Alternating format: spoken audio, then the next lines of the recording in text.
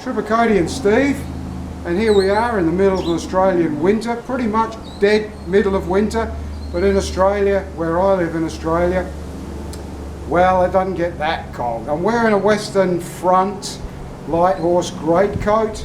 These blokes would have worn these greatcoats during the night in the Middle East because it got so cold, and they would have virtually lived in them on the Western Front during winter because, my God, it got cold on the Western Front.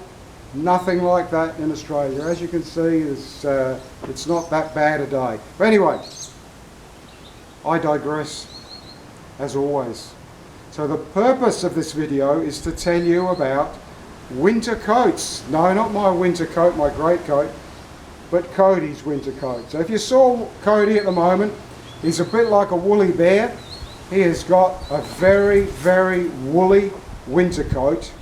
Now if you go to my Facebook page and you look at some of the photos of him midsummer, then he looks like Black Caviar, which is a famous Australian racehorse.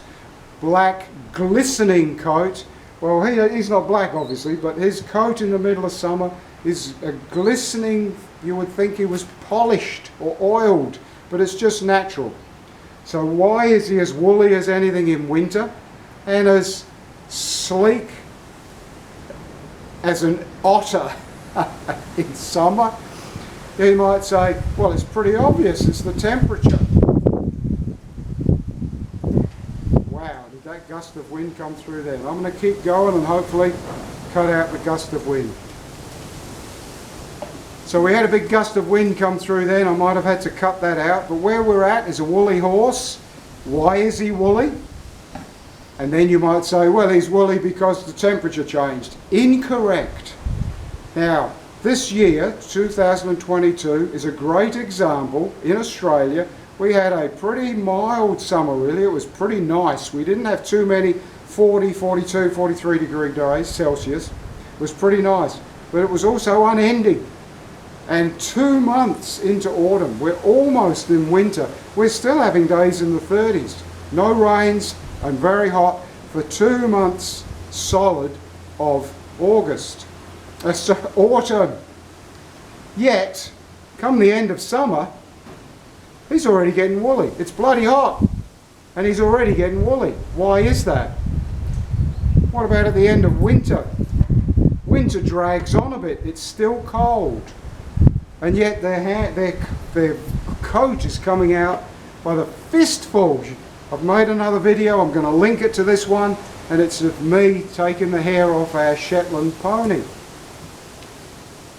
So, what most people don't know, we think of history and we think of perhaps Jesus' birth and the Romans, and that's 2,000 years, and we think, wow, that's a long time. 2,000 years is a gnat's fart, if you'll pardon the expression. It is in the history of this planet, 2,000 years is nothing. What we forget is the evolution of the horse over thousands and thousands and thousands of years. And so how does a horse know when to get woolly? How does he know when to lose his wool?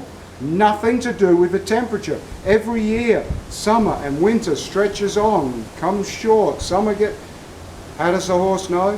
Because the horse's brain has evolved to pick up the angle of the light. So have you noticed how in the middle of summer, when the days are longest, the sun is high in the sky, especially in the northern hemisphere. You know, at the middle of winter, if you got any sun at all, but you know that the sun is low on the horizon. It sort of comes up, stays low and goes down.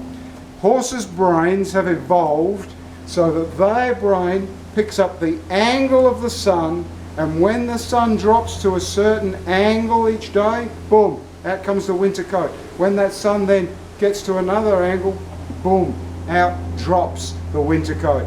So there you go. That's how winter coats are developed, and they lose them. Okay. And some gusts of wind coming up. Might have to cut a bit out of this one. Happy birthday.